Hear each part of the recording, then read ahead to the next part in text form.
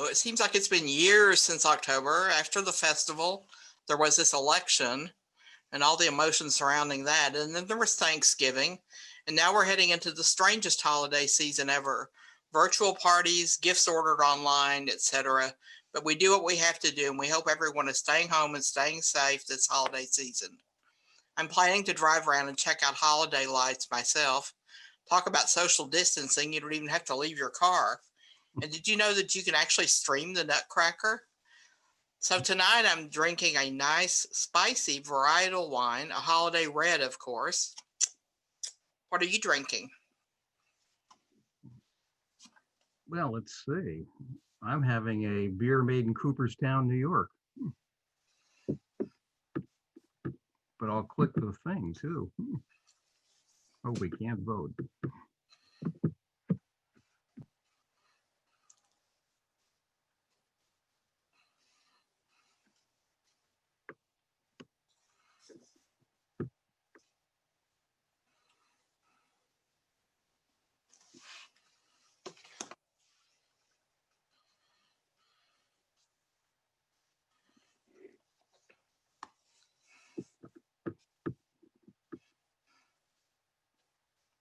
Okay, wine wins. Should we get cracking? No whining. So we're here this evening to talk sports with one of the most amazing sports writers in the business, Tom Callahan, and to take your questions for Tom via the Q&A button. We had a tech check with Tom earlier this week, and he had us hanging on to his every storied word. Tom will be in conversation with another Tom, Tom Bedell. Tom, who is, as best he can discern, the sole member of both the Golf Writers Association of America and the North American Guild of Beer Writers. He writes and drinks in Williamsville, Vermont, unless he's on the road somewhere else in the world doing exactly the same thing. Welcome, Tom and Tom. Thanks, Andy, and thanks, Tom, for joining us today. Before we get started, I just want to lay out some of the local ground rules for viewers. You should see a Q&A toggle on your screen where you can write some questions that we'll certainly try to get to, time permitting, and you can actually upvote others' questions that you see in case we only have time for a few. And at the end of the session, you should see a screen that will give you a link if you'd like to order Tom's book. So, Tom, I just have a few questions and a few lines from your book that should jumpstart things, but at the risk of embarrassing you, I'll start by saying Gods of Play was one of the most enjoyable sports books I've read in years, probably since your last one, the biography of sorts of Arnold Palmer. But Gods of Play roams over the entire fields of sports. You're beat from the Baltimore Evening Sun, the San Diego Union, the Cincinnati Enquirer, the Washington Star, the Washington Post, Golf Digest, Time Magazine. One is tempted to say you've played for as many teams as pitcher Mike Morgan, but if I have it right, it was Earl Monroe who got you started when you went into the Baltimore Evening Sentinel, was it? Evening Sun. Evening Sun, and you basically insulted your way into a job, was it not?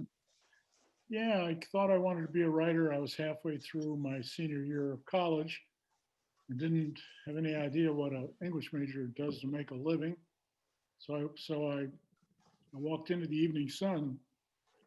In those days, the first guy I walked in after the opening is apt to get the job, and that kind of what happened to me. But we were taught. I got stuck with the sports editor. I started with the city editor and went from editor to editor, and they all said, go someplace small and send us what you write.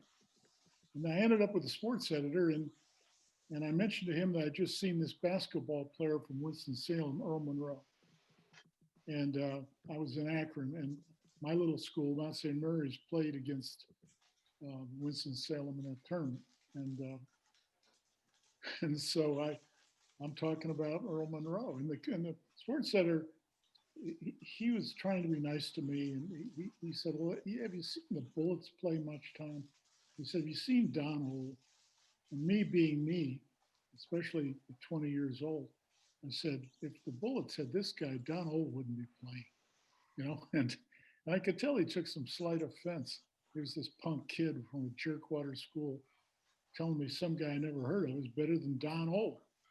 So that was the conversation that kind of stuck in his mind later when the Bullets lost the coin flip to Detroit. We took Jimmy Walker, #1. And they took Monroe, Senkin, and the sports editor called me up, paged me at college and said, I don't know where I'm going to put you, but you got a job, which is like the worst reason anybody ever got hired in the business. You know, never saw a word I wrote. But that was my start. I was the high school writer, the tennis writer, and the swimming writer. I had all the beats nobody wanted at the Baltimore Evening Sun, and that was, you know, that was my beginning in this silly business. Well, I mean, your book is both a look at all these great sports heroes. It's kind of a memoir, and it's also a bit of a requiem for what I think is kind of the golden age of sports writing. Not to say there's not still great sports writing, but the playing field is quite a bit different, isn't it? Yeah, it is. I was lucky. I fell in with, I was Red Smith's last best friend. And, you know, I fell in with the older guys because they were more interesting at dinner, you know, and it's a lucky thing, but you pay a cost too, because you start losing them one by one. You know, if you're the youngest guy at the table and they start to go, and it squeezes the fun out of the derbies and the big fights, you know. And I was kind of a young column. I fairly quickly got a column. That's why I kept moving places. I kept moving for, you know, for better beats. And I went to the Cincinnati Enquirer knowing that a column was up for grabs. And luckily enough, I got it. And that's when I really came to know Jack Murphy and Cy Burek and, you know, the great old sports writers, and, you know, Bob Considine in New York, you know, every town. In those days, the big sports writer was identifiable with the town. Jim Murray in LA, Furman Bisher in Atlanta, Eddie Pope in Miami. And these Right. guys were all my friends and teachers. And And you said you were Red Smith's last traveling companion, I think. I was his last, yeah. In those days, columnists traveled like racehorses, 101A. You know, it was like everybody went in twosomes, and Red's first partner in his twosomes was Granny Rice, and then Red went with Frank Graham, and then Jack Murphy, who I covered his basketball team for him when I was a boy, and I threw in. I was kind of a junior partner with Jack Murphy and Red Smith, and then Jack died kind of young, 57, and I inherited that spot. So anytime I covered anything in New York, I stayed with Red in his home in New Canaan, and we, you know, he was, you know, quite a bit, you know, 35 years older than I was, but he was great company. You know, he was a wonderful talker. He's one of the few writers I've ever known who spoke as well as he wrote. You know, Wasn't it Red who said how easy it was to write? yeah, just open a vein and it comes out drop by drop. But he was near the end. I'll kind of jump to the end here on you. I was his legs at big sports events, and he would start his column in the press box, you know, and I'd come upstairs, and most of the time he'd be into his column by then and not really want to be interrupted. And he would look at me and go, I'm rich, which meant leave me alone, you know. And but like one time I came upstairs after Reggie Jackson hit 3 consecutive home runs off 3 first deliveries from 3 different Dodger pitchers to win the World Series. I And remember. I said, Red, I've got to stop you. Because I had stopped at Steve Garvey's locker in the Dodger quarters. And he told me, he said, the third time Reggie rounded first, when I was sure nobody was looking, I applauded into my glove. Well, that was Red's punchline the next day, and mine. But yeah, Red and I were, you know, great friends, a wonderful break for me. And And of course, those guys don't exist anymore. They were gentlemen, and they dressed like gentlemen in fedoras and coats and ties. You know, if you go into a press box today, you know, it looks like a bunch of sharecroppers. You know, it's everybody's in jeans. You know, if that. You know, and it's they're different. They're wisecrackers. You know, I can't sit in a press box. Well, there is a section in your book where you cover just how unreasonably difficult it was for women to break into the male-dominated world of sports coverage. So I have to insist you tell us the Jenny Kellner story. Yeah, Jenny Kellner covered the New York Jets for the New York Daily News. And as I say in the book, a Jet defensive end who shall be nameless, but his initials are Mark Gastineau, showed her a part of his anatomy and said, "Do you know what this is?" And Jenny said, "It looks like a penis to me, only smaller." And only smaller became a catchphrase that year among the Jets. But it's true. I had a lot of respect and empathy for the pioneer women, you know, the ones who came along when it was really hard and when no one helped, you know, and I knew quite a few of them, and I do. You know, I write a little bit about that. Well, I mean, there are a lot of laughs in your book, a lot of poignant sections, but it gets a little serious too. I mean, you say that, if I can find the line from the book here, it's in a chapter you're covering Arthur Ashe for the most part. You compare him to Jackie Robinson. And you say, if Robinson seems to be getting a lot of calls in this book, nobody should be too surprised. Race has been the biggest element in my time around sports and still is. Yeah, well, the first call that Jackie Robinson gets in this book is the start of the baseball section. The World Series in '72 began in Cincinnati. I was the boy columnist at the Inquirer. And before the game, Jackie Robinson was on the field. He was 53 years old, but looked 73, white haired, virtually blind from diabetes. And the black players on both teams, the Reds and the A's, surrounded him on the field. They just wanted to touch him. And everybody except Joe Morgan, little second baseman for the Reds, Hall of Famer, great player, just died. And Joe was playing catch on the side, and it kind of fascinated me watching him.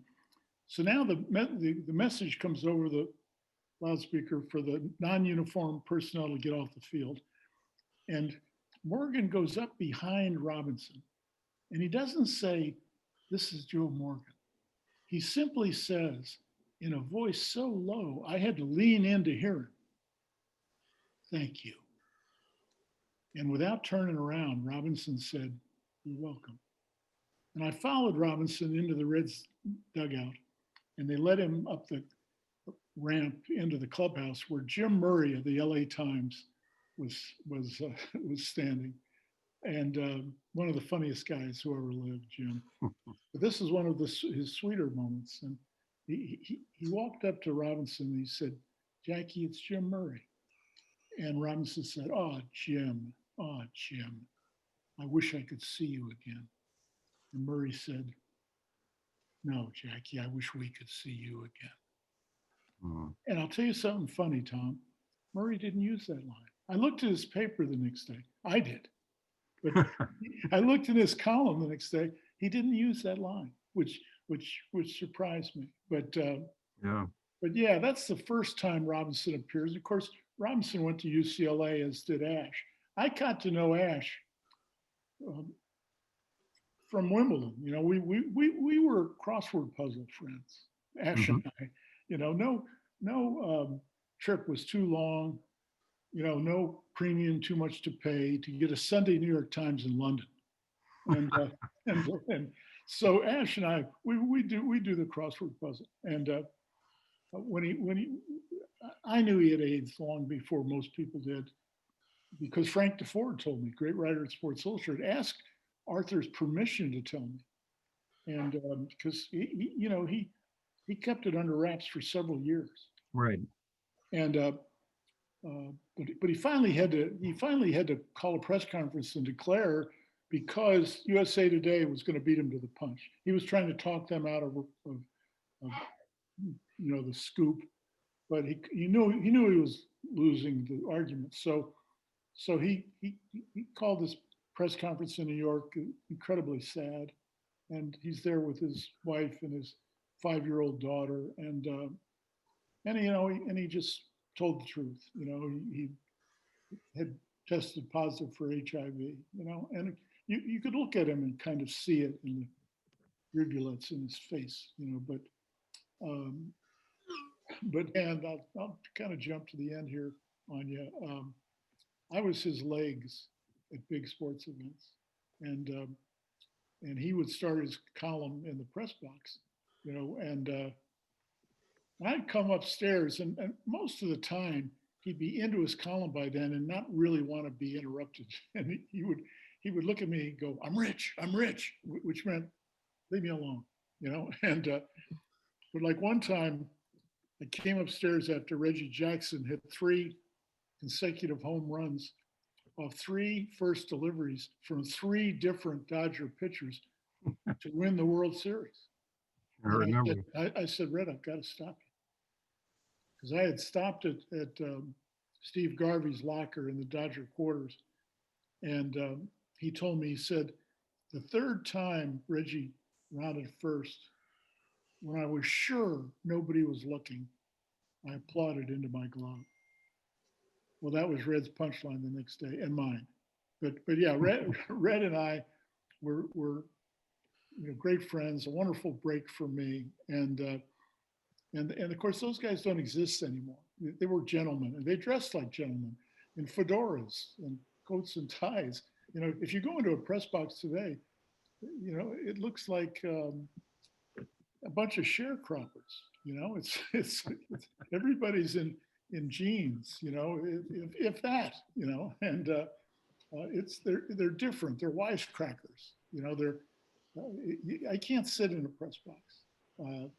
Well, there is a section in your book where you cover just how unreasonably difficult it was for women to break into the male-dominated world of sports coverage. So I have to insist you tell us the Jenny Kellner story. Yeah, Jenny Kellner covered the New York Jets for the New York Daily News. And as I say in the book, a Jet defensive end who shall be nameless, but his initials are Mark Gastineau, showed her a part of his anatomy and said, do you know what this is? And Jenny said, it looks like a penis to me, only smaller. And only smaller became a catchphrase that year among the Jets. But it's true, I had a lot of respect and empathy for the pioneer women, the ones who came along when it was really hard and when no one helped, and I knew quite a few of them, and I do. I write a little bit about that. Well, I mean, there are a lot of laughs in your book, a lot of poignant sections, but it gets a little serious too. I mean, you say that, if I can find the line from the book here, it's in a chapter, you're covering Arthur Ashe for the most part. You compare him to Jackie Robinson. And you say, if Robinson seems to be getting a lot of calls in this book, nobody should be too surprised. Race has been the biggest element in my time around sports and still is. Yeah, well, the first call that Jackie Robinson gets in this book is the start of the baseball section. The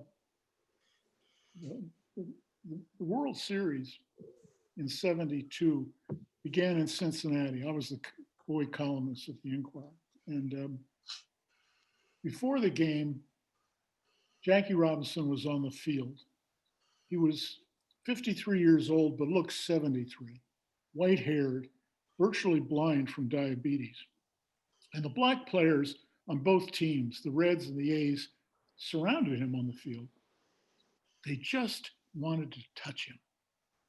And everybody except Joe Morgan, little second baseman for the Reds, Hall of Famer, great player, just died. And Joe was playing catch on the side, and it kind of fascinated me watching him. So now the message comes over the loudspeaker for the non-uniform personnel to get off the field. And Morgan goes up behind Robinson, and he doesn't say, "This is Joe Morgan." He simply says, in a voice so low, I had to lean in to hear him, "Thank you." And without turning around, Robinson said, "You're welcome." And I followed Robinson into the Reds dugout, and they led him up the ramp into the clubhouse where Jim Murray of the LA Times was standing. And one of the funniest guys who ever lived, Jim. But this is one of his sweeter moments. And he walked up to Robinson and he said, "Jackie, it's Jim Murray." And Robinson said, "Oh, Jim, I wish I could see you again." And Murray said, "No, Jackie, I wish we could see you again." And I'll tell you something funny, Tom. Murray didn't use that line. I looked at his paper the next day. I did. But I looked in his column the next day. He didn't use that line, which surprised me. But yeah, that's the first time Robinson appears. Of course, Robinson went to UCLA, as did Ashe. I got to know Ashe from Wimbledon. You know, we were crossword puzzle friends, Ashe and I. You know, no trip was too long. You know, no premium too much to pay to get a Sunday New York Times in London. And so Ashe and I, we do the crossword puzzle. And I knew he had AIDS long before most people did, because Frank DeFord told me, great writer at Sports Illustrated, asked Arthur's permission to tell me. And because he kept it under wraps for several years. Right. And but he finally had to call a press conference and declare, because USA Today was going to beat him to the punch. He was trying to talk them out of the scoop, but he knew he was losing the argument. So he called this press conference in New York, incredibly sad, and he's there with his wife and his 5-year-old daughter, and he just told the truth. You know, he had tested positive for HIV. You know, and you could look at him and kind of see it in the rivulets in his face. You know, but he said to me when it was over, a bunch of us kind of just went down to, shake his hand, and he grabbed my elbow and pulled me close to him and whispered, "I want to be buried 6 down and 4 across." His old crossword puzzle pal. And I'll tell you what, that was a hard thing for me to hear. But yeah, he was one of my pals. Another lucky thing about this business is certain guys, you're close enough to really fall in love with them. You try not to, but I've always said that the most compelling figure I ever encountered in sports was Muhammad Ali, and right. I defy anybody to get close to him and know him. As cruel a fighter as he was, fighting's cruel, but it's pretty hard to know him and not love him. And I was lucky. I was at most of his big fights. I was in Zaire, I was in Manila, I was at the big fights, and I got to know him, and he always greeted me with the same phrase. Whenever he saw me, wherever he saw me, he said, "How's Angie? I like her better than you." And he said this to me 100 times. And he never met her, my wife, Angie. But I handed him the phone once because he was a hard guy to get rid of, and the deadline was bearing down. and so I handed her the phone. I went in the next room, wrote a column. Hour and a half later, I came out and they were still talking. And so it was one of the many lucky things that happened to me in my wasted life on the sports beat was I came to know Ali pretty well. Did you have a similar phone call with Gary Player? Or he Well, called you? I said, Angie was always doing this.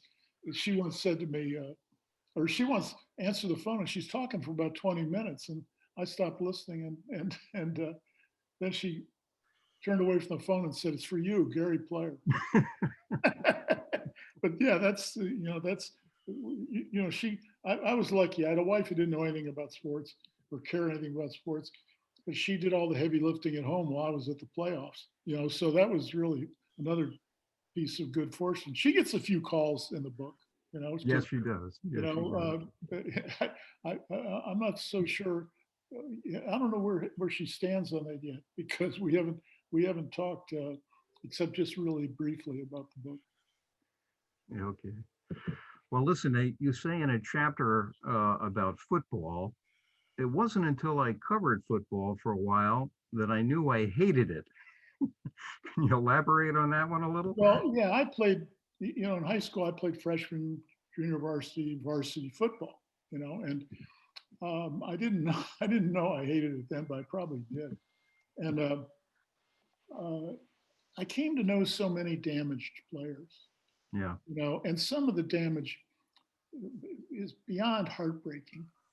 Like a guy like Junior Seau, who played for San Diego and played for New England, or a guy like Dave Duerson who played for the Bears. They committed suicide. And they committed suicide by shooting themselves in the heart to save their brains for the pathologist. Wow. Now, that's a killer. Hmm. And I just know so many. I know still, Raymond Berry has kind of lost himself, and wonderful receiver for Baltimore. One of my heroes when I was a kid, Raymond Berry. Joe Gibbs said to me once, Gibbs, the Redskin coach during their glory days, he was an assistant coach in Arkansas with Raymond Berry, who was John Unitas's big receiver with the Baltimore Colts. And Gibbs told me anybody who was ever alone in a room with Raymond Berry came out of that room a better person. And to me, that's the best compliment I've ever heard.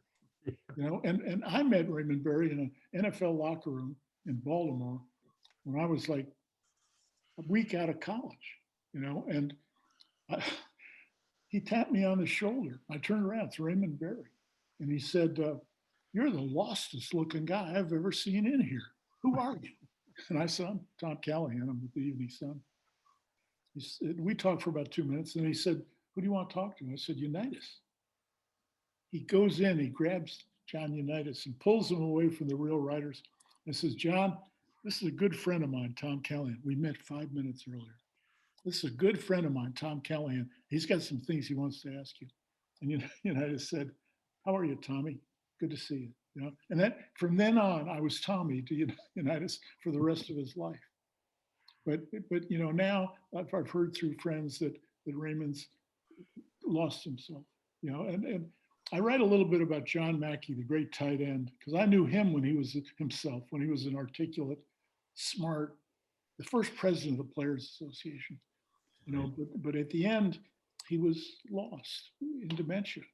And I took him and his wife to lunch once, and he kind of faintly knew me. He thought he should know me, but he didn't really. And I'd played lacrosse when I was a kid. Everybody in Baltimore plays lacrosse. Yeah. And most people think of it as the game helmetless girls playing pinafores, but that's not the kind of lacrosse we played. Believe me, it was a wanton game the way it was played, when I was in high school. But I played in a lacrosse game, a summer lacrosse game against Mackey. Scared me to death, Mackey in short pants bearing down on the goal. But it was so hard to see him disappear, and see him lose himself. He'd go to Ravens games and literally get lost in the crowd. And some old Baltimore Colt fan would always bring him home. Right. And so after a while, that just wore on me, And I got to a point where I still covered a lot of football. I still went to a lot of NFL games. And one of the two of the big characters, I guess, in my football section are Paul Brown, who was still the coach of the Bengals when I got there, and Bill Walsh, who was his most needed assistant coach. And Walsh was he was a step above, the average coach. And it was, again, it sounds like I've been a lucky guy, and I sure have. But the first cover story I wrote when I was at Time magazine many years later was on Joe Montana. And Montana was playing for Walsh in San Francisco then. And when he came to my hotel room at night for a week to talk to me, because his cover story is a long story. And Montana said to me, he said, "Well, Bill says I got to talk to you." And I said, "I'm sorry." He said, "No, I have nothing else to do, but you guys must go back a ways." Well, of course we did, But yeah, I try not to to beat my hatred of football too hard, in that football section. There, I had some fun. I was in the Buffalo PR guy's hotel room once, and O.J. Simpson was there, and the conversation was whether O.J. Simpson or Jim Brown was better. Brown was long retired. Simpson was still playing, and Simpson turned to me and said, "Who do you say was better, me or Jim Brown?" I said, "Gale Sayers." And the funny thing, and he laughed. Well, which is, of course, that's how he won us, with a laugh. He won us with a laugh. But yeah, I saw a lot of football. I went to Army Navy games, got to know Roger Staubach, another wonderful man. And you know, almost every bowl game I've been to at least once, Fiesta Bowls and Rose Bowls. And, I went to a Michigan Ohio State game, wherever it was, every year when I was in Cincinnati. And, so I saw a lot of football, but You have a long excerpt at the end of the book from a Sports Illustrated piece about the specter of AIDS visiting the NFL. yeah, I wrote that. It's the only piece, Tom, I ever wrote. I kept notes on it. I was in a conversation with the old quarterback Sonny Jurgensen, and he started talking about his former tight end in Washington, Jerry Smith, who died of AIDS. And I talked to Jerry Smith a couple of times. I didn't know him all that well, but I talked to him a few times at his locker. And I guess I knew he was gay, but it surprised me. Sonny's class, 60s, 70s football stars, they weren't the most enlightened people, And here's a gay guy who was beloved among his teammates. So of course he was a star. He was easy to love because he was a great player. But it still seems surprising to me that these guys, Sonny told me the scene of all the old teammates sitting around his hospital bed, weeping like children as he was dying. And so I started kind of keep collecting string on Jerry Smith. And whenever it was convenient, I'd go look up a Redskin. Billy Kilmer lived in Fort Lauderdale, and I was at a golf tournament at Doral. And I just took a ride up and talked to Kilmer. I did that for about a year. I'd be places near Ken Houston, say in Houston, and so I started collecting. Suddenly I had a notebook full of a story nobody commissioned. First one, my whole life. I never did that before or since. And I had no place to put it. And so I called Sports Illustrated, young managing editor. They were all young then. And told them I didn't have anything on paper to show them, but I could talk of this story to them that might fit for SI.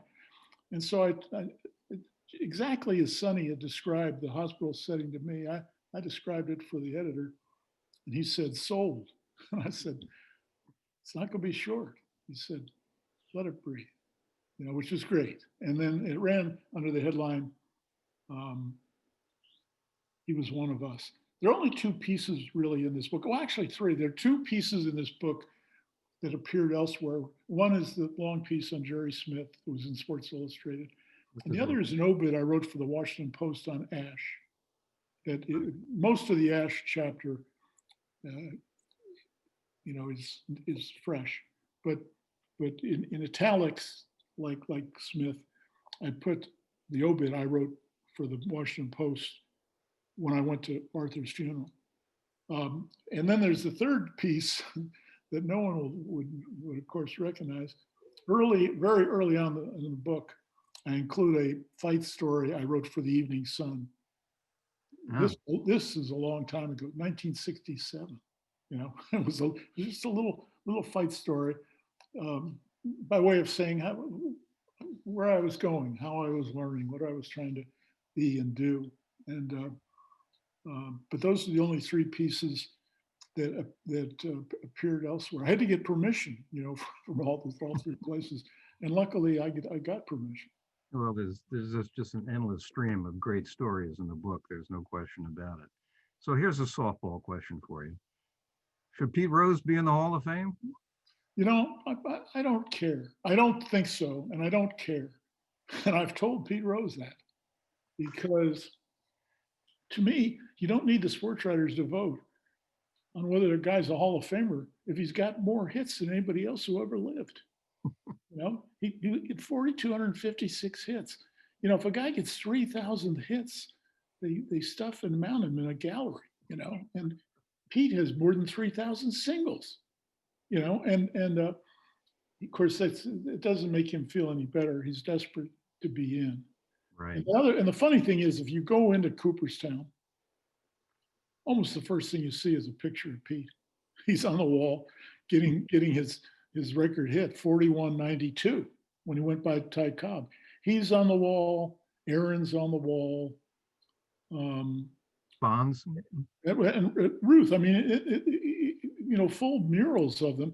The only thing Pete doesn't have in the Hall of Fame is a award plaque. The plaque. But yeah, but I mean, to me, like he used to say to me, you're going to vote for me eventually. And I said, I'll stop voting for stuff like that, Pete.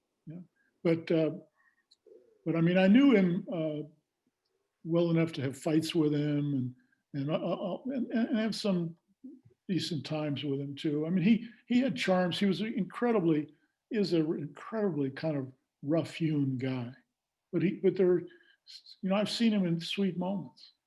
When George Foster, first day I spent with Rose, George Foster was a young left fielder for the Reds, and he that day got sent down after the game, and he didn't want to take off his uniform because he had to report to Indianapolis AAA, and so he's out on the field as Rose is taking batting practice from one of the coaches, and I'm standing next to the cage, and Rose said to me, he eventually said, "Who are you?" And I said, "I'm Callahan, the new man at the Enquirer." He said, "I heard of you. They say you've come to bring journalism to Cincinnati." I'm sure he hadn't heard of me, and I'm sure he didn't think that. That's kind of the way he was. And then he turns to Foster and says, "You want to hit some?" And he said, "If you've got them." And he said, "I've got them as long as you want them." And so Rose relieved the coach, and he started throwing to Foster. Then he came off the mound about halfway to home plate, and in an incredibly gentle voice, which is not his usual voice, he said, "Don't worry, kid, you'll be back." He said, "I'll wait for you." And then he went to the mound and he said, "Here comes my curve." And he did have kind of a curve. Foster hit it like 500 feet. And eventually, of course, Foster hit 52 home runs with 149 RBI and was named the most valuable player in the National League. Right. Yeah. So yeah. I mean, I could tell you. I won't use the word because I don't even want to. I don't want to say it here. But Dave Anderson, lovely old columnist for the New York Times, my great friend, dead now. He he once asked Pete, it was like a couple of hours for a game. And he once asked Pete, he said, how much do you really know about Ty Cobb? And Pete said, I know everything about him, but the size of his blank. And the next day, of course, Anderson changed that in the New York Times to the size of his hat. So the next day, I go out to the ballpark, and Rose comes running over and he says, did you read Anderson this morning? I said, I think so. He said, what was that all about? I said, what do you mean? 7 5 bleeping eighths. There was just a kind of a rough-hewn charm about him that, I saw good and bad. I saw him do great, generous little things to the smallest guys at the ballpark.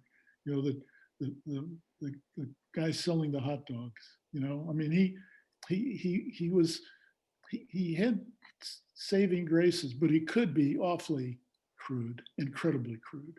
Right. And I knew the moment the gambling thing started, I knew he had bet on the games.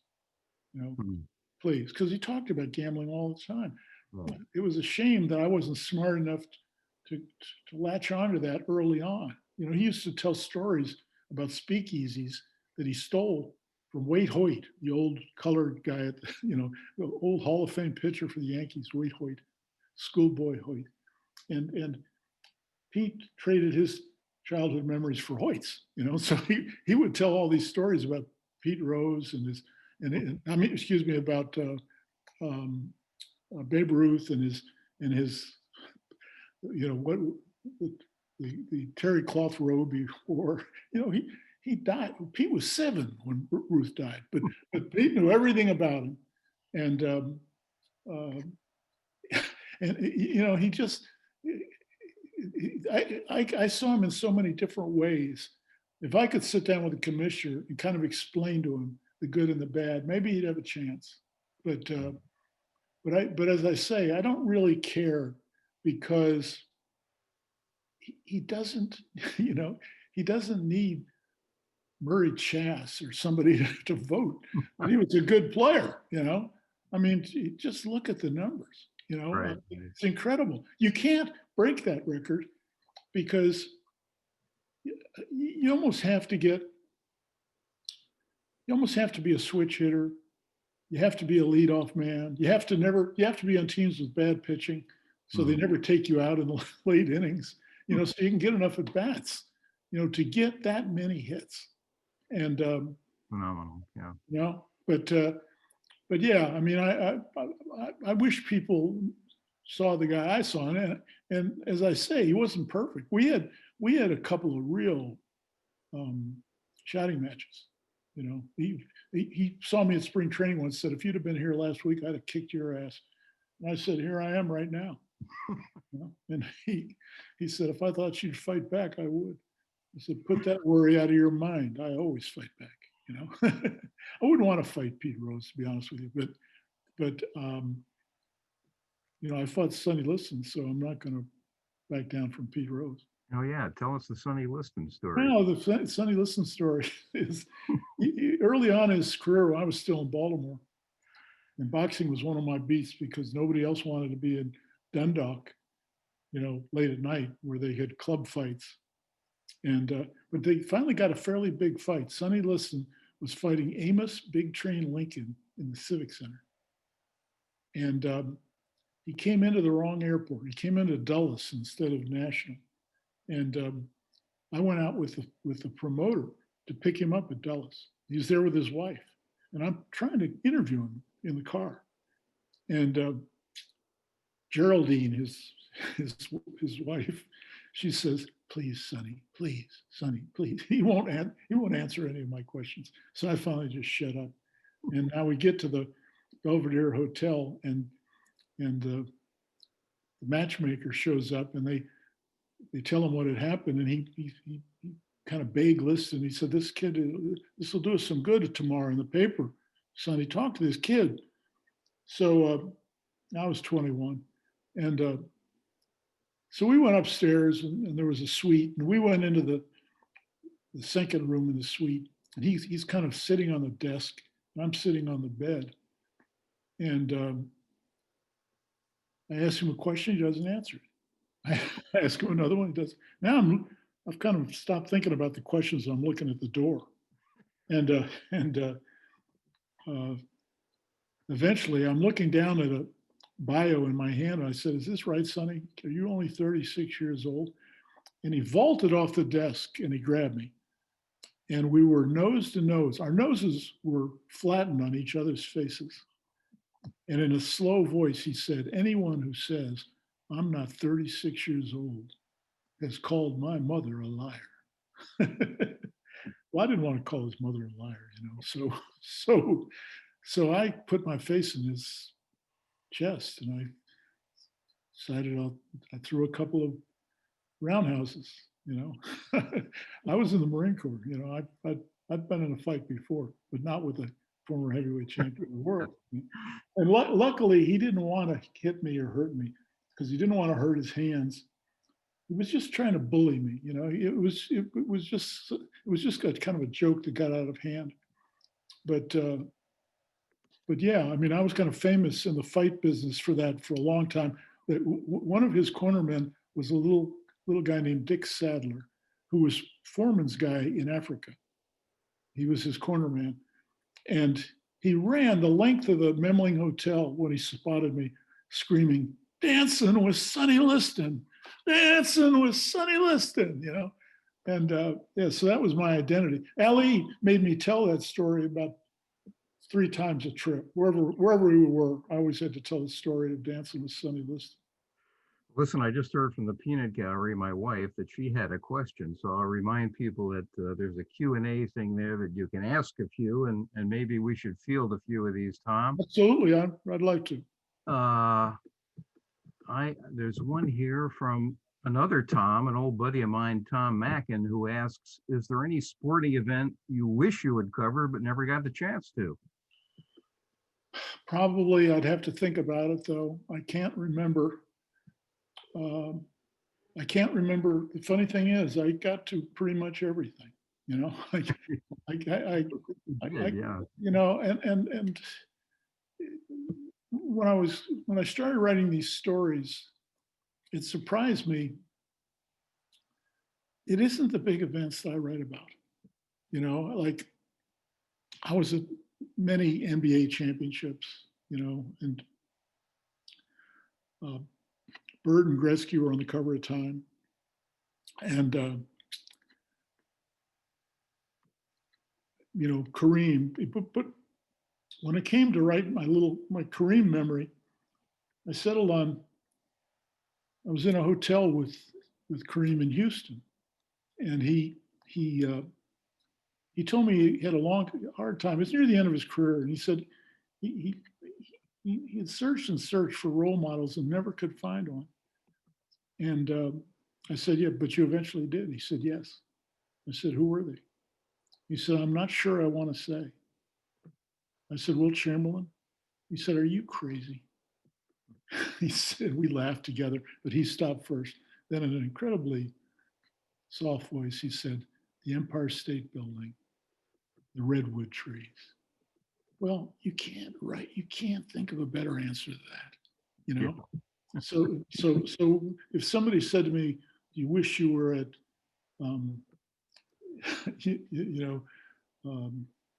Babe Ruth hitting the home run against calling a shot against the Cubs," well, maybe I do. I guess I do, but I can't think of something that that I missed during my time around sports that are as good as the little soft things that you see, that you don't even know at the time that's the important moment. I'm no good at recalling, the hit and the home run or the touchdown.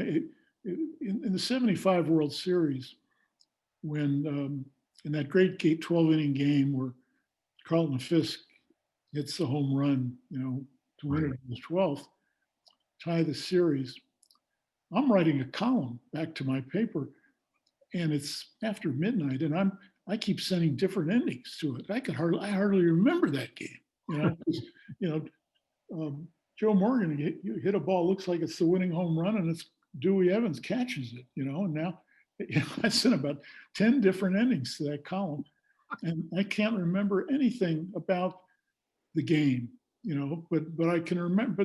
But I remember a million little things about the week, going to practice at Tufts, and we stopped in a gas station because we got lost, the Reds bus. And Sparky Anderson went in his uniform now, was clicking spikes, goes in to ask the gas station guy for directions. Well, you never saw a more, confused looking guy. He never expected Sparky to drop by in uniform, and meanwhile, Rose grabs me and says, "Keep me coming." And he goes out and he starts putting gas in some guy's tank. He goes, "Unleaded," and then he fills up this guy's tank, and he's telling him how great the series has been. Have you seen this? Have you been watching the series? All of them with one game or one run. Is this any good or what? And I have such a clear memory of that, but I can't. When Rose got the hit that set up the hit for Joe Morgan to win the seventh game. I have to look that up because I don't really remember it, but I remember all these soft, sweet little things. Well, here's a question from William Laconi.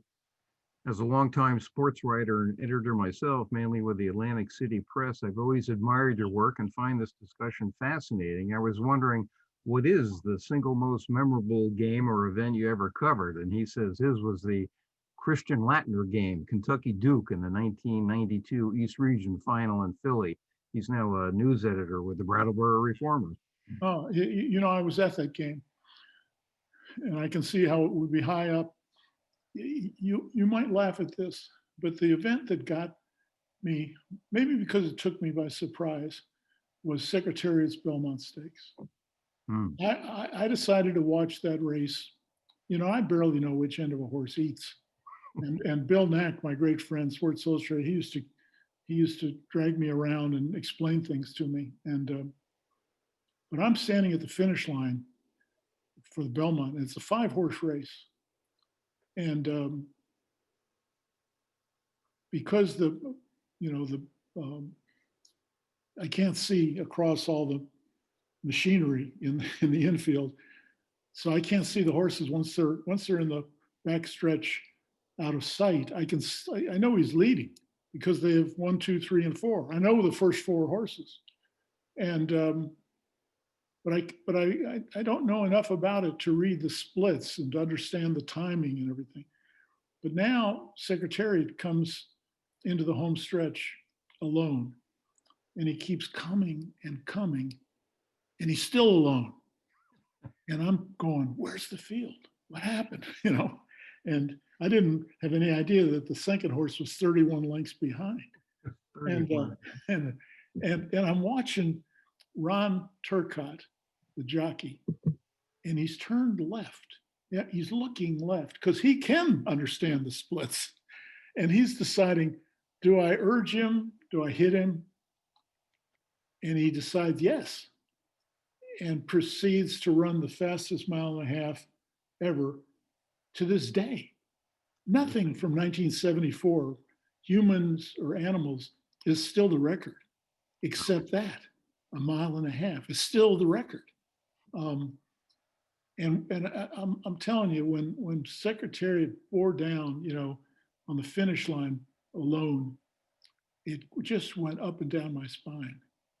So I mean, I didn't expect, to be affected like that, but I was. There are things that, again, you're kind of not in charge of the things you see, whether they're great or not. It happens to you instead of you making the decision. Because I was at a lot of, big World Series games and Super Bowls games and, big fights, Montreal, Leonard Duran in Montreal, to 15 rounds, pretty good. But but yeah, I don't know how to answer that, but your choice is certainly high up there and took me completely by surprise. I didn't know Leitner. I talked to him a couple times in crowds, but I always liked him. To me, he was like a college Larry Bird. You know, I think of him more as a college player than as a pro player, but he had no fear. You know, nothing threw him a chill. You know, he was my kind of player. The funny thing is, um, a lot of those guys, uh, a lot of those Duke guys had that quality, and and yeah, you know, and so even though I didn't have any particular fealty to Duke, I didn't know Krzyzewski that well. You know, those guys, they kind of stood out, and Do you have a particular Johnny U story from your book? A occasional golf partner of mine, John Ungeliter, asks. oh yeah, well, not in this book, but of course I wrote a book on Johnny U, and I knew him. Luckily, you'd have to know him to do a book on him because he wasn't a guy who told his stories. You know, he had great stories to tell, but he didn't do it. You know, and he I talked to him most years. I'd leave a number for him. He'd always call me back, and he'd never say hello. He'd always say, "You bull crappers in the media. You bull crappers in the media. What do you need, Tommy?" You know, and I knew Gino Marchetti and Lenny Moore and Alan Amici and all these all these Unitas teammates, you know, and you know, and I sat with him in his bar, the Golden Arm. That appears in the book briefly because Sonny Jurgensen came in once and thanked him for naming his bar after Jurgensen, you know, the Golden Arm. And Unitas, the laugh he got that day has stayed with me. I'll never think of Unitas without that laugh. But the way to know him is when he was the quarterback for the Colts, he took all the blame. And you talk to him afterwards at the locker. The funny thing about him is he liked the beat guys, the three Baltimore papers. He hated the columnists. I was like rare that I don't even know why, but I got along with him. But most of the Baltimore columnists, he hated them because he thought they were show-offs and they came in and threw lightning bolts. But he respected the three quite different guys who were the Morning Sun, the Evening Sun, and the News American. And those eventually, at every post-game discussion around his locker, where he's taken all the blame, we should have done this, we meant to do this, you know, it was my fault, you know. And sooner or later, it'd just be those three guys. And they'd put away their notebooks. And then one of the three would say, "John, what really happened?" "That Willie Richardson, if he doesn't learn the plays, I'm never going to throw to him again." But if any of those guys wrote it, he would never talk to any of them, you know. And he's a good guy. He's not a bad guy, but damn it, you know. And so he would tell those three guys the truth, and they never wrote it, you know, because they knew him, you know. He respected. He didn't mind if he threw 5 interceptions. He expected them to rip him, you know. He was a complete pro, you know.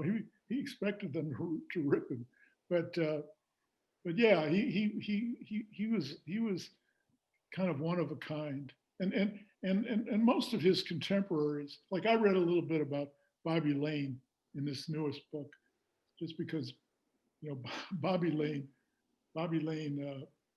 Jimmy Orr was a great receiver, a Georgia guy. He told me, Lane told him, Lane was out all night Saturday at a Pro Bowl course because Bobby had a big thirst. And he got in at 3 a.m. and he called Unitas, who's the opposite team. He's the opposite quarterback. It's going to be Lane against Unitas. And John wakes up and answers the call. And Bobby Lane says, "Unitas." "Yeah, Bobby." He recognized his voice. "I want to tell you something. I don't want you to ever forget it. run when they think you're going to pass, and pass when they think you're going to run. And then he hung up. And of course, Unitas knew when to run and when to pass. But yeah, that's the old game. You know, now the game's so complicated, and it belongs to Belichick and Bill Walsh and the, the, the guys with prerogatives like Unitas had, you know, like Bart Starr had. That doesn't exist anymore. It's not an 11-man game anymore. You have to run plays for the formation that's on the field, you know. And Right. so people say, without fear of contradiction, that the greatest quarterback is Montana or it's Brady, you know. And okay, I guess I'll go along with that. But they didn't call the game the way Unitas did. You know, Unitas, it was his game. He'd look across the line, see who's quitting. He'd save bad players for later. You know, he was in total charge of the football game in a way that Brady isn't. You know, and Montana isn't. You know, Montana. You know, if those guys, when they're at the line, if they see this, and that, they can do this, or that. But they do what Belichick has programmed them to do. You know, what Walsh has programmed them to do. Unitas barely talked to the coaches. He said to Weeb Ewbank once, "I don't know why I come over here." You know, and of course Weeb loved him, and Shula didn't love him. I mean, Shula liked him better than he liked Shula. Shula had been a player on the old Baltimore Colts when Unitas broke in, and because he was a smart guy, Weeb Ewbank made Shula learn the plays, and he was like an emergency third quarterback. Well, the problem with that is when he became head coach at 33 years old, Unitas never had any respect for him. He always thought he was a third string quarterback, you know, which it wasn't fair. And John wasn't always right. You know, but Gino Marchetti told me, he's, you know, Shula said to him, look, John, when I send the punt team out, you got to get off the field. And Marchetti turned to him and said, John, he's right. He's right, John. So I'm not saying he was perfect, but he was awfully good. Let me sneak in one more because it's from an editor of mine, Stuart Hall. He says, Jack Nicklaus, do you have a personal story with Jack that might not have made the rounds through the years? Oh God, I was like, again, I drew him as a partner in a pro-am at the Ohio Kings Island Open. And I was a columnist in Cincinnati. And he told me before we teed off that it was fixed. Well, these things are always fixed. And the Charlie Meacham and the guys who were running the tournament, they were trying to warm me up because I had written a column in which I described the golf course we were playing in Mason, Ohio, as a pretty girl for a blind date. And so they wanted to warm me up. And so Jack told me, he said, don't tell him I told you. But we played golf together, and it's kind of a rare opportunity because instead of interviewing him for 5 hours, you're just talking to him for 5 hours, you know. And I sat in his when Tiger really got hot. I sat in Jack's office in Florida. He was wearing shorts, and he had taken off his shoe to show me his hammer toe. Only Jack Nicklaus would think his hammer toe was interesting. You know? But you know, again, he's an arrogant guy, but with a good heart. You know, and he told me that first day before Tiger really accomplished anything, he said, you know, Tom, I didn't have Bobby Jones's records up on my bedroom wall. He said, Tiger wins the Masters, and everybody says 17 more to go, Tiger. I want to tell him, it's your turn, son. You're going down a great road. You really enjoy it. How about that comment about between Nicklaus and Watson about Tiger? Well, Watson, I was in Kansas City doing a piece on Watson before he was getting ready to the last go round with the Ryder Cup. And he told me that he and Nicklaus were he said, I can't remember where we were, but it must have been Hawaii because I think we were at a seniors skins game. And he said, and we're in we went in a bar, at the clubhouse, and he said, "And Tiger's on the screen." And I turned to him and I said, "Bear, he's the best, isn't he?" And Nicholas said, "Yes, he's the best." I don't know whether he'd say that now, seeing he didn't get to, Tiger didn't get to, 18 majors, but he doesn't have to win 18 majors to convince me he's the best player I ever saw. And the things on his resume, in 2000, all 4 trophies on his mantle in 2000, US Open by 15 shots. Poor Ernie lost the US Open by 15 shots, and a month later finished second in the British by 8 shots. 23 shots, he was second twice. And that should have killed Ernie. But it didn't, because he's such an amazing sportsman, and he couldn't help, Els couldn't help but be a little thrilled by how good Tiger was. As hard as it was, he was the main victim. He had thought he was going to have a turn, and technically he did. He had a few weeks where he was number one, but no one ever looked at Ernie Els and said, "There goes the greatest golfer who ever lived." No. And then and Mickelson didn't even have a turn. He was never officially listed as number one. But I was at the Disney one year, and Els came off the course, and he lost by a shot at the Disney to Tiger. And in a kind of a depressed, sad voice, he put his hand on my shoulder and he said, "He was out of this world good." Which I love that, because he's honest with himself. There were golfers, including Curtis Strange was one, who resented Els saying things like he's from Mars, because they thought he's a coward. You shouldn't say that. You're a coward if you don't stand up to him. Ernie was the only one standing up to him then. Phil took 10 years to engage. Right. And Phil didn't want to play him until he could beat him. And that was a long time after 2000. Tom, as far as telling stories, you're out of this world. We're a little over our time.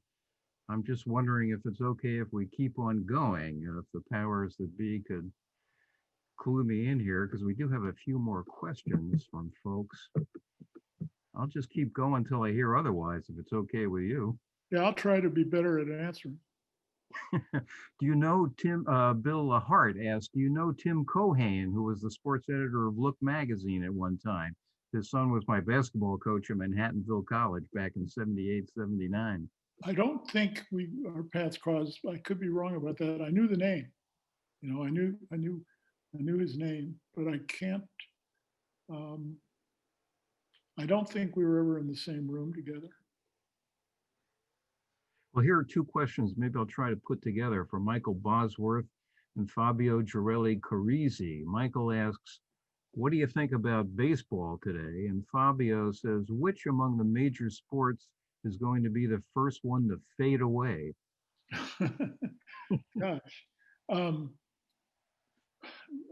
When I was young, baseball was my favorite sport to write about. And I'll tell you why.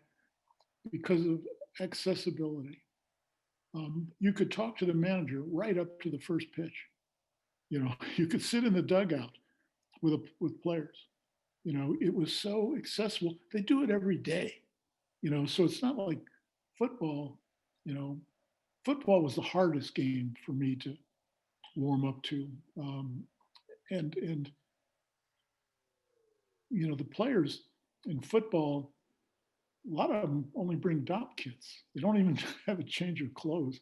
They fly in on Saturday for a walkthrough, and they go to a movie, and they get up, and the game is in the same kind of closed, joyless stadium that all the games are. But baseball is so open to you, and of course it's less open now than it was. Even a World Series now, World Series, there's a velvet rope up outside the batting cage, like an expensive restaurant, and so the unclean writers won't go near. A little bit. Yeah, but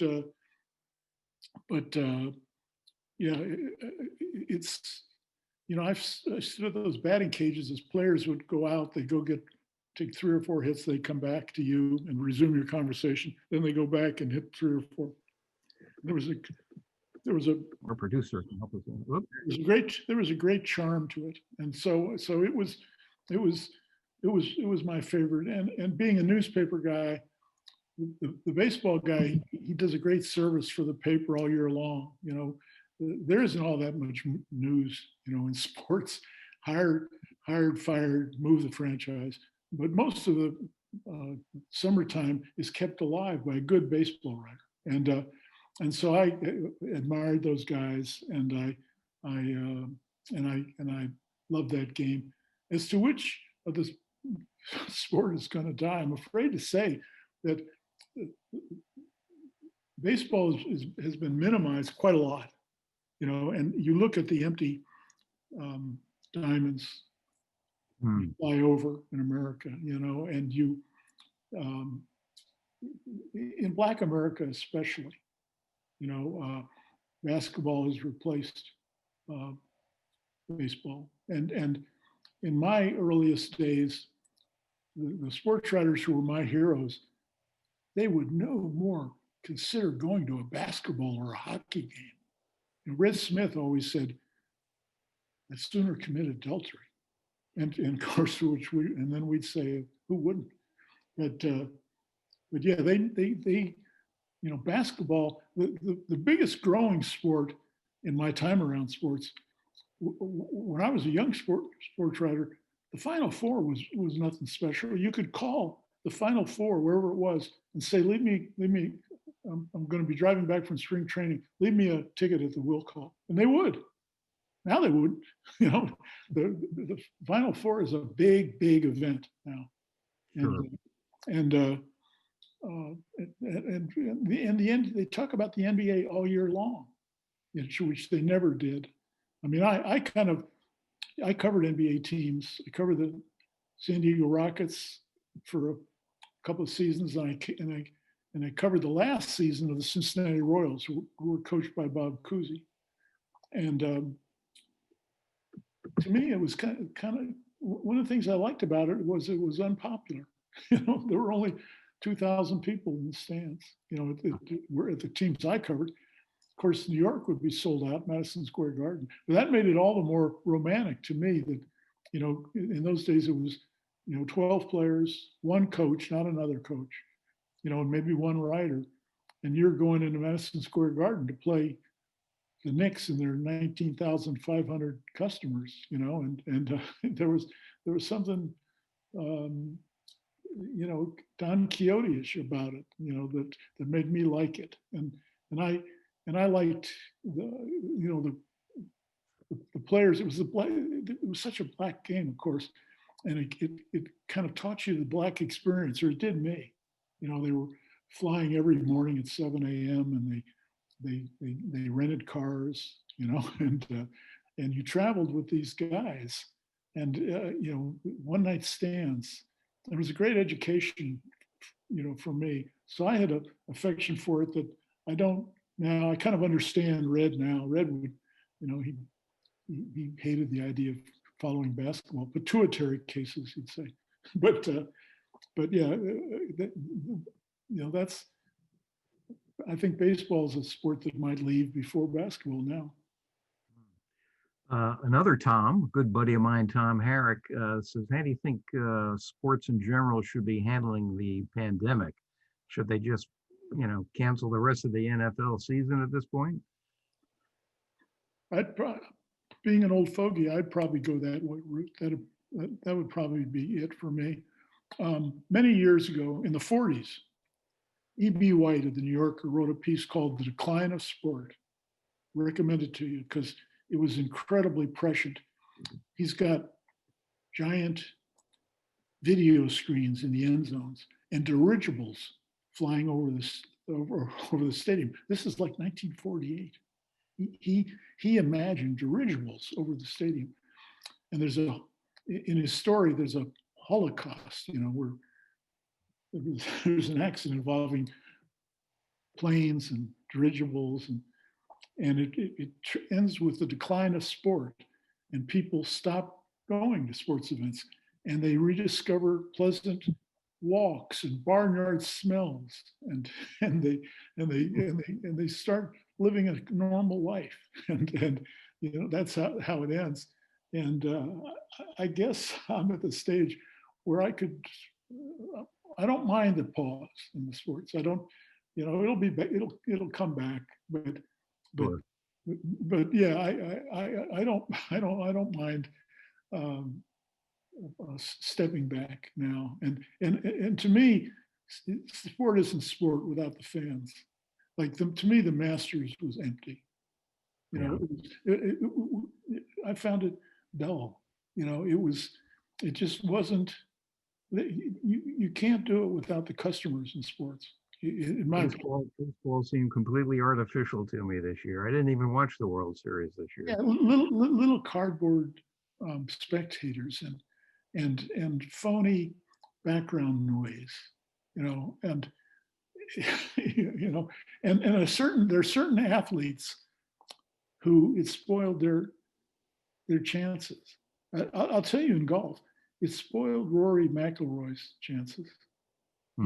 He just didn't like it. He doesn't hit a beautiful 3-iron within 2 feet for the 3-iron's sake. If there's nobody, let's hope for all our sakes the fans are back and we're back before too long. I see Sandy's here. I think we're going to have to wrap it up. You I'd be back. Tom, I can't thank you enough. I just want to remind everyone the book is Gods at Play, an eyewitness account of great moments in American sports. Tom's seen it all. He writes about it beautifully. Thank you, Tom. It's good to see you again. Good to see you again. And thank you all for joining us tonight, and we hope you enjoyed it.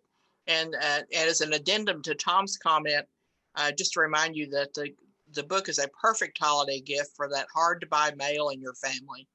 And if you want a signed book plate, Tom has assured me he will sign them if you just send us the information about, where you bought the book and what you want to put on the book plate. Next up, as we launch our 20th anniversary season, a pair of authors on literary icons. First up on January 8th is William Souter, who will be joining us from Minnesota to discuss his new biography of John Steinbeck. It's the first biography of Steinbeck in 25 years. The book is called Angry at the World. And he's quite a fascinating character who lived during the Depression, so that seems very appropriate for right now.